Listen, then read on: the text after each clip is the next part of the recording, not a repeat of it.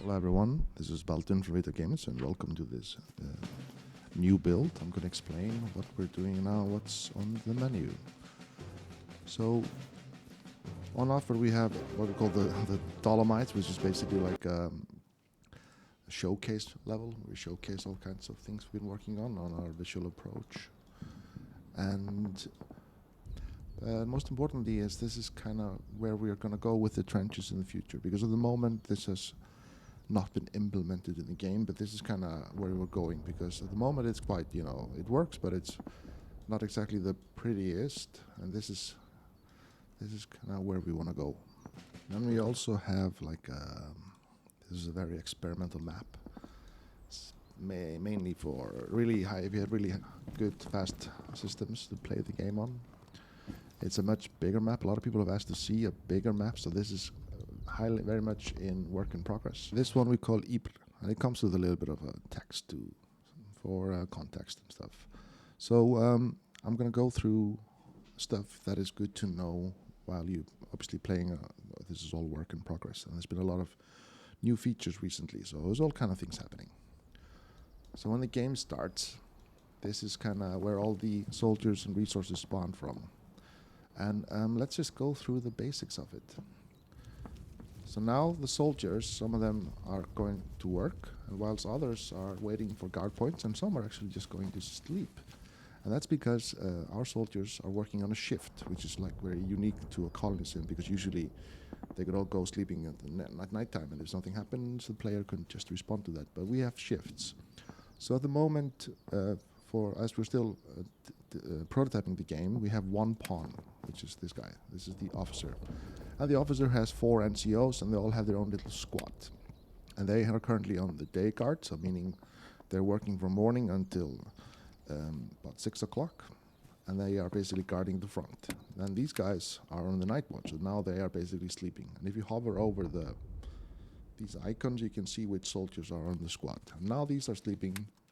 These guys are on the night work shift, so obviously they are sleeping now.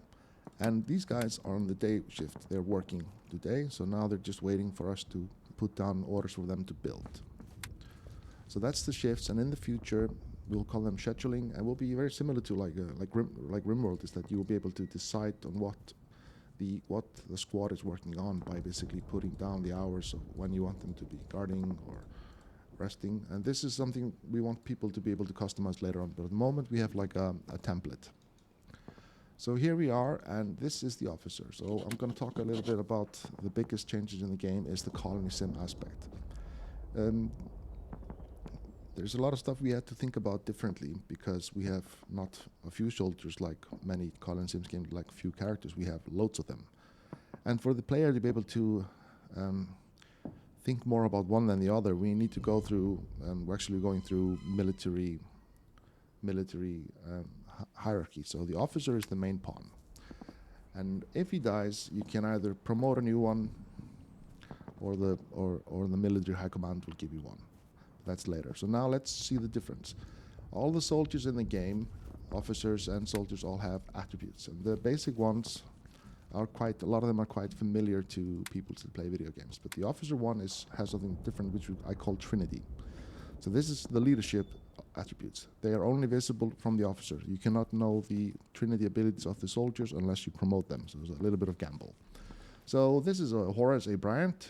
He is an artist, but he's thankfully also very adaptable. And these are his leadership. So it's the leadership, the discipline, and belief. These are the Trinity attributes. And the design of our system is that the higher and better these values are, they trickle down into the soldiers, because good leaders, obviously men under command of good leaders, look up to them, and if they're not great leaders, they don't look that much up to them. But there will be all kinds of interesting ways to play the game, and like this is quite randomized to obviously simulate that these are humans, ordinary people in extraordinary circumstance. So leadership, the higher the value, it benefits all the soldiers in accuracy and melee. So they get a boost if the captain has high leadership values. The officer also has only 2 in discipline, because he's an artist and probably not big fan of military hierarchy. So he's not great at discipline, and this is reflected in the soldiers, that they have less bonus to work speed, and adaptability. So work speed is how quickly they actually work and build and dig and stuff. And adaptability is how much they're willing to adapt to being in extreme circumstances, like now they're in the rain. So like this soldier over here, he has adaptability of 2 and gets 1 from the officer because he's a butcher, so he's not a fan of the outdoors. He wants to be inside and chopping meat without being shot at. And his adaptability is now countering the moral effect on range. So at the moment there is now a -10 to being like the wet, because they're in rain and wet, so they get a minus to the morale. And the higher the adaptability is, then it will counter the wet minus from the rain. So he's at 8. If you would have adaptability of 10, he would have no minus from the morale. So that's the main thing. But this is what we're designing, is that these are the Trinity stats, and they affect the soldiers in a great way, not so great way, or perhaps even a horrible way. Then as a colony sim, we have a lot of our own, like they have all kinds of different traits which are randomized. This one is a sharpshooter, so he's good with shooting. And also today, now it's light, it's daytime, and they get a boost to their awareness. So work speed is how quickly they work. Accuracy is their accuracy with ranged weapons. Melee is how good they're at in a melee fight. Awareness is how aware they are of the circumstances. Then they will spot enemy movement sooner, or they will be able to be much better in darkness. And then how adaptability is how much they can adapt to the circumstances of being in trench warfare. And then composure. And composure, we think about, is quite different to all the attributes, because composure is basically like an armor for morale and for sanity. Sorry, it's an armor for sanity. So the higher the composure the soldier has, the less effect things like horrible things in the trenches will affect him. Like when the soldiers see a corpse of a friendly soldier, they will get a minus to their sanity. But if you have high composure, then they'll be able to take much more. Sanity, if they lose sanity, it doesn't go up, and it only goes up to the default value that the soldier spawned with. That's how sanity works. But composure, you can always help composure with the soldiers by giving them cigarettes and smokes and alcohol, or good night's rest, good food. That's gonna help them to cope with the horrors of trench warfare. So these are like the leadership's the attributes, and they kind of all affect, and we're obviously in the process of balancing a lot of this stuff. And then we have the vitals, which is the health of the soldier, the sanity of how much he can take. And if sanity goes below a certain threshold, they will have like a mental breakdown, shell shock. They might go berserk, they might flee, they might defect to the enemy. They might go on get drunk, and they might go on a rage and attack friendly soldiers. This is the rest. So they work on shift, so the player has to balance how well rested they want them to be, because the more tired they are, that will affect their work speed. So that will be a minus to that. Then we have the sated. This is not implemented yet, but this is basically they need to eat, and we will have like a system of rationing systems where the soldiers will get a certain amount of food. The more food, obviously, the better, but it's also tricky to bring food into a conflict zone and tricky to cook food. And hot food is always going to win cold food, as in every conflict and in every circumstance in the world. And then this is the morale. This is important because all the soldiers have their own individual morale. All of them have their own individual morale. And at the end of the day, there will be generated a report. And that's for the platoon morale. So we haven't yet played enough to generate this report. But this is going to be very important, because every day the morale of the platoon goes up and down, depending on all kinds of different factors, but all the morale of all the soldiers are also taken into the math. Right, let's now play the game after the colony sim explanation. So now the soldiers start going to their shifts, but we start the game at 7, so now they actually go off their shift or go to sleep or go onto their shift. So we're in somewhere in the northwest of France. It's early morning, the birds are singing. This is 1914, so how we're designing the game from the ground is that it all starts off a nice countryside, it's beautiful, then slowly it will be ravaged and turn into a trench horror mud hole by the players. So let's talk about crafting. So at the moment, because it's still in development, there's no way to prioritize at the moment the jobs that the soldiers take. So just do very incremental steps of digging and building orders, because then if you start digging a trench from here to there, then all the soldiers would just think about that, and nobody would do any crafting. So just try to balance that while we work on the game. So let's make sandbags. Let's just make 10. And now they start collecting resources, and for a sandbag you need the cloth sacks and obviously dirt, which is collected from when they dig down trenches, and they make sandbags. And you will need a lot of sandbags because they are the best way to keep your soldiers alive, because all the resources in digging, there are two resources. So basically they are local ones like the trees and eventually water, and there will be imported ones. So because this is a simulation game as well, so there's no factory that makes rifle ammo in the trenches, so it has to come off map. So you have to basically resource manage that. But still said, you can make lots of things, like there will be wood crafting stations, so you can make planks out of chopped down trees that the soldiers collect the trees. And eventually this will go on, because World War I was such a basically so much innovation in all kinds of different technologies, and the soldiers had to even invent all kinds of explosive devices and grenades from cans of food and TNT. So there will be a lot of creativity with crafting in the game. In the game, everything is autonomous, so you cannot basically send the AI around. They have to go to where they're needed. So here we have the defense points. Just put them down and they snap to the trenches. And then you can decide on how priority is important. Now this is like in the middle, we have one guy here, so let's make certain that the priority is great over here. So let's just fix this. Sometimes they don't hit their mark, the AI.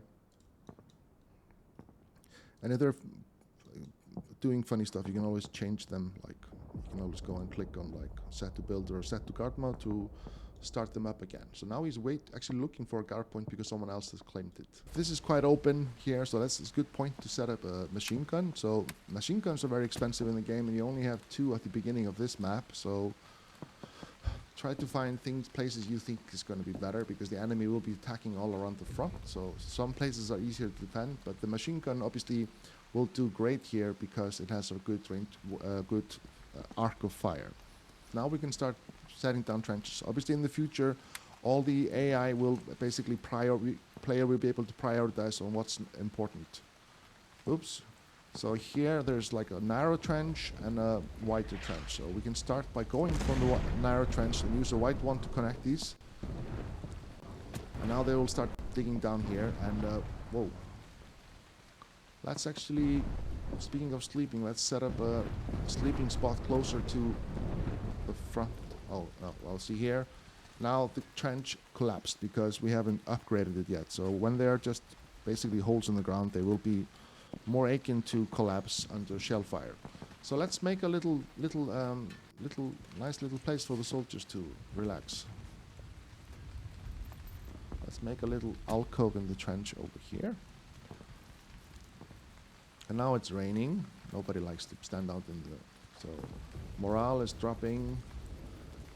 This is a peasant, and he gets a bonus because he was standing next to the parapet. So the parapet is giving him a bonus to his accuracy and awareness, because now when we get closer to darkness, it will be more difficult to spot the enemy. Also, in this map, we only have 32 men at the beginning, and there's about 20-odd Germans over there, and they will send over little waves of small attacks. And at the moment, the game is obviously will need much more optimization in the future, but we're keeping things simple and low to avoid performance hogs and optimization issues. But that said, if you have a powerful system and you want to play with more soldiers for bigger attacks, you can just click here and then spawn units and guards as much as you like. It can, anything can happen really, but it's big systems can probably handle 50, probably more, but do try it out. So now this soldier actually saw something on the side, so he's actually shooting. And well, he's a bellboy, and he has pretty good awareness, so because he's a stroller and also bloodthirsty, and he has an aim bonuses from the parapet, so he's actually shooting. But in the future, we will have like, oops, policies for the trenches, so the soldiers will return fire and not attack unless they're being attacked by the enemy, because in the bigger scope of the game, it's going to be a lot of different stuff to do during the night, so you may not necessarily want to attract enemy attention if your soldiers are low morale or few. Because now we only have these 27 guys left, because we lost a lot of them digging here, and we will not get more reinforcement until tomorrow. So let's check that out. Here in the command bunker, click resources. So this is the next delivery. DNA of digging is that you need to commit to your decision. So if we look at what we have now, we have plenty of stuff. So let's get more construction material because we want to build more. And now we're past the main value. So we need to start deciding if we want more of construction material, we will have to take less of something else. So we have to take maybe down the raw food. And we have 50 sacks to make sandbags, so we can take that down. And now this will be our order. But we don't need raw food because it doesn't have any effect in the game. So let's just get more wood and a little bit more rifles and ammo, and then we confirm. Also, every morning we'll get reinforcements of men and material, so it comes once a day. And this will be like a system where the player will be able to upgrade, because this is essentially like a bottleneck. So the more upgrades and units and pawns the player will have, the higher volume of resources will come. So now these Germans are over here. This guy cannot really see them. He has very low awareness. But these guys have a better shot at them. And also you can see this is a poor decision to put the machine gun here, actually, because it doesn't have any. This is a bit annoying. And also you can see these flares. They both have really bad awareness, these guys. And this is something obviously we will balance. Alright. And by the way, because this is game in progress and if something is bothering you, you just go over the enemy and press B, and no more enemies. Also in the game we have over here in the top left corner is what we call CP, or command points. And you start with 100 and you get like a fixed amount every day. And then also at the morning, oh, the local crazy guy is walking past. So yeah, we also have crazy people in Iceland. And this is now at 100, so at the end of the day, the system will count how many soldiers are alive, and you get a bonus for each soldier alive. So it's, yeah, keep those guys alive. And the command points will be like a big part of the game. You'll be able to buy all kinds of different, units and weapons and expedite research, but at the moment it's here to send off artillery attacks on the enemy. So at the moment, the flares are mainly like they just look nice at the moment, but this will be a big part of the game in the future. And the flares were used to try and spot enemy movement during night. So they would light up the sky and they would have all kinds of different colors. And in the game it's going to be like that. The soldiers will have these flare points, flare posts, and they will shoot out flares whenever they, either if they think they hurt or their awareness has spotted or hurt an enemy, they will light up no man's land and try to shoot them if they can. So they will get a temporary boost to awareness, and the soldier in no man's land standing below and fully illuminated will obviously not be that happy about it. But this is going to be a big part of especially the nighttime version of the game, because night is going to be quite different to playing the game at daytime. These guys are stuck because they can't get out of here. So we need to actually make the trenches deeper so they can find their way down. So you click on each floor and press deepen, and they will slowly start deepening them, and then we can connect that with the rest of the trench. So now we got this little area over here. It's a little bit dark at the moment. So if it's too dark for you, you can go into settings and just increase the gamma. Apply. So now let's actually turn this into a little nice place. So this furniture, let's go. And this is the corrugated iron roof, and it snaps to the trenches. So just, and then rotate around with the mouse wheel until you're happy. So let's make a little house over here, and then we can have a sleeping spot which gives bonus to adaptability, and the soldiers can sleep closer to the trench, because if they're always going far away to sleep, that might get you into trouble. But also in the future, trenches and shells and explosions will of course ruin everyone's sleep, as they should. So we have now our platoon morale report. So we're going to pause the game and check it out. So soldiers have individual morale, and each of their individual morale is in the math of how we calculate the platoon morale. So the platoon morale reaches 0, they give up and they leave. So now it's pretty bad, and we have 25 soldiers with critical morale. We had 8 casualties, and we've killed a few enemy soldiers.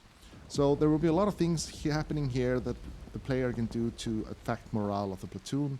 And simple stuff like World War I period related is like artillery superiority. So if the player has artillery superiority, that will be great. If he does not, then not so great. And also stuff like the amount of food in the system, the rationing system, how much they're being fed daily, how much ammo, how great are the officer. If the officer has very low belief, and if he doesn't believe in the effort and the conflict, then that would also be reflected in the daily report. So now we're at 210, so if it goes to 0, these guys will just leave and get out of the war.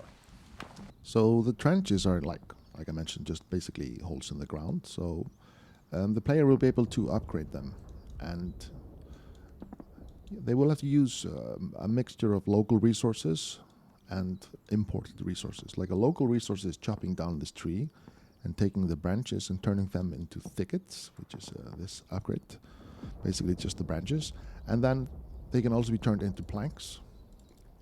This has higher hit points and more resilient to especially enemy artillery attacks, and eventually the elements, the weather, there will be erosion, rain and flooding. Everything will affect the trenches, and also the floors will be upgradable as well, from a dirt floor to planks and something nicer, and eventually to have drainage below it to get the water somewhere away. So this is going to be also very important to keep them, because if the trenches collapse, then the soldiers can't get there, and they might get stuck underneath piles of rubble or dirt, and they might die. Also, later on, this is something we're going to do in the very near future, is the dugouts. And this is something a lot of people ask about. And when they will be like they will basically build little dugouts below the earth, and there will be a completely different system, and probably not even based on the voxel system. And that's something we've been thinking a lot about, and it's very exciting, because that basically means you can build a city below your trench network and connect them with tunnels, and eventually dig from here maybe and under the enemy and blow them up. So that's very exciting.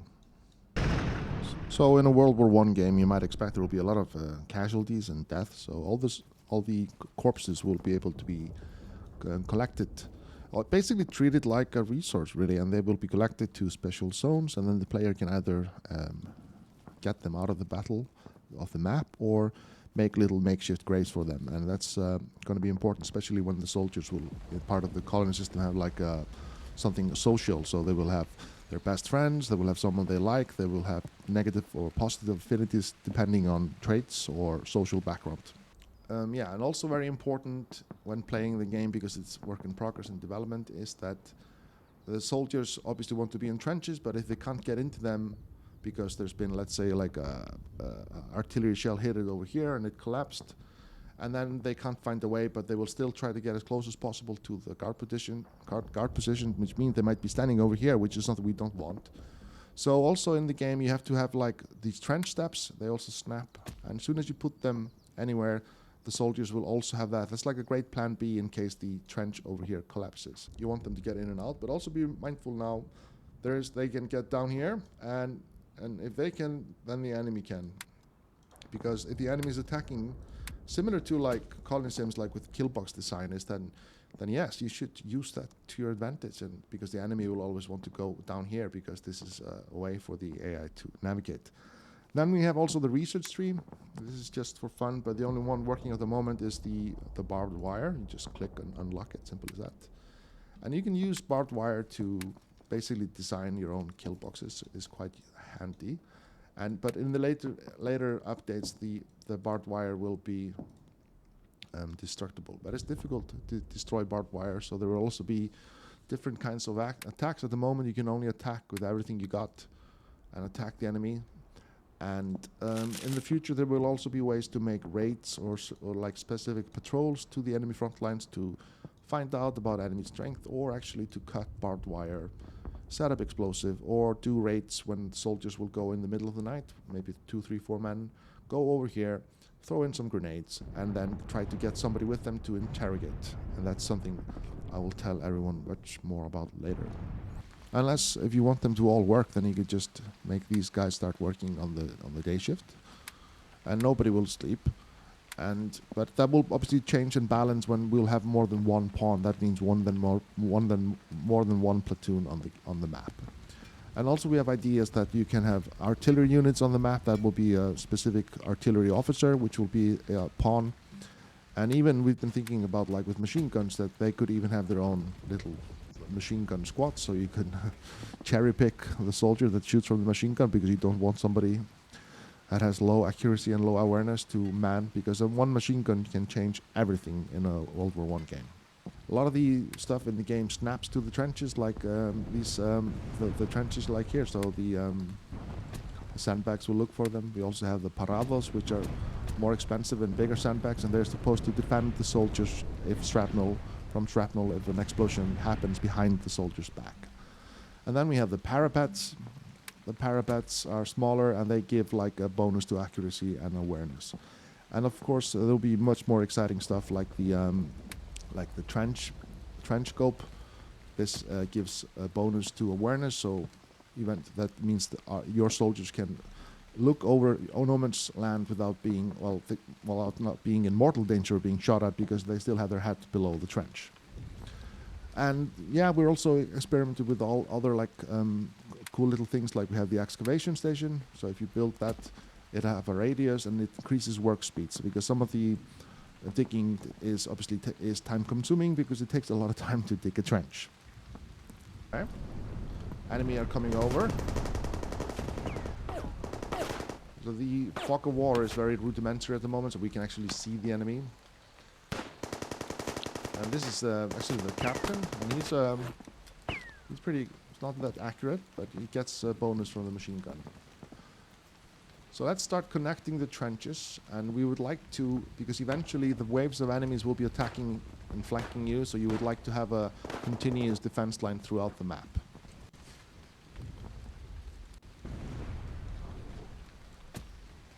And the soldiers will start connecting that. Most things here, except the buildings, are destructible, so if you press B, they will blow up stuff. They will blow up the trees, everything.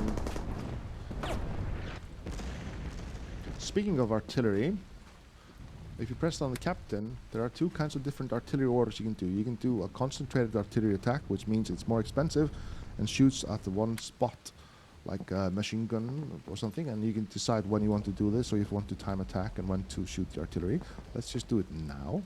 And then there's also another one which is more like a harassment barrage. So this one is cheaper, but it's way less accurate, so it will shoot over a larger area, larger radius, so less effective. But in the big design of the game, artillery is always a nuisance to all soldiers, even though they are not even falling to the ground even remotely close to you, because they are scary.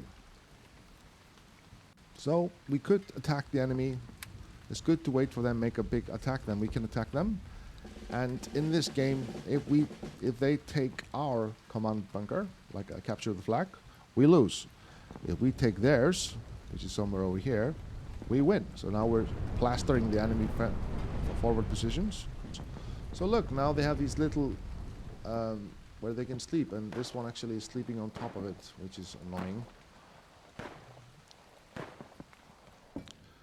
And then if they sleep over here, they get a bonus away from the rain, and also they get a bonus to their rest because they're sleeping on the mattress and not on the ground. So now they are getting through here, so you also have to be mindful of making certain that you can defend from all sides. So now I completely forgot to defend this flank, and the Germans are getting through, so we raised the priority, and we can even start changing the shift, so we can go into the night watch. So we want more men defending. This actually would be a perfect place for a machine gun. And we also see in the future, when you have more than one pawn here on the screen, you will be able to take soldiers and mix and match between squads. If you wanted to get really like customize your own squads and pick only the ones with high accuracy, and this is something we were really keen of looking into. Also, what we're interested about doing is because there are so many pawns in this game, but how do we make them more interesting? So if the player has an affinity with a concierge, I used to work in hotels, so that's probably why it's in the design. And we also have ideas that you can actually favorite your own favorite soldiers, so you always know where they're at. And you can identify talent in certain soldiers and make certain that they are like at least considered for promotion if you lose one of your officers. Oh, crap, I lost. The enemy captured the headquarters because they got through this. There's like this in the line over here. So they got through and walked over here and captured it from us. So we learned something today. And if we want to attack the enemy, it's best to put everyone on high alert, because then all the soldiers will be on guard duty. And you can just set up like places where you want them to be guarding, and they will attack from there. Later stages, we envision that the player will basically choose the kickoff point where the attack is supposed to start. So if you wanted to start from here, then all the soldiers will be over there. Now at the DEFCON level, I know it's Cold War analogy, but we find it funny. So now they're all on DEFCON, and now we can actually decide, click the officers, say attack, and let's attack the enemy. And we want it to happen. Now let's make it happen at 3 o'clock, 3:15.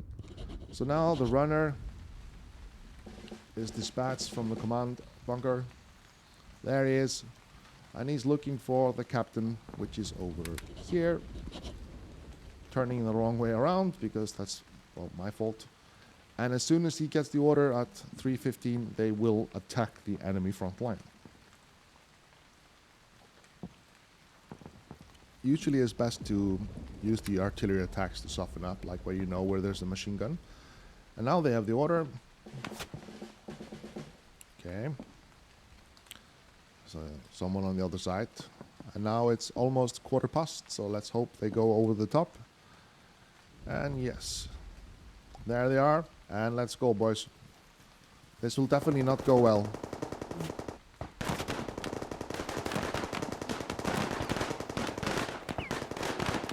Yes, that's absolute disaster. And the Germans have much better trenches than us because they are the new ones and we have the old ones. But this is all fun. We're really happy with the progress, and it's great to see the little changes in the game every day. So any questions, just get back to me, let me know.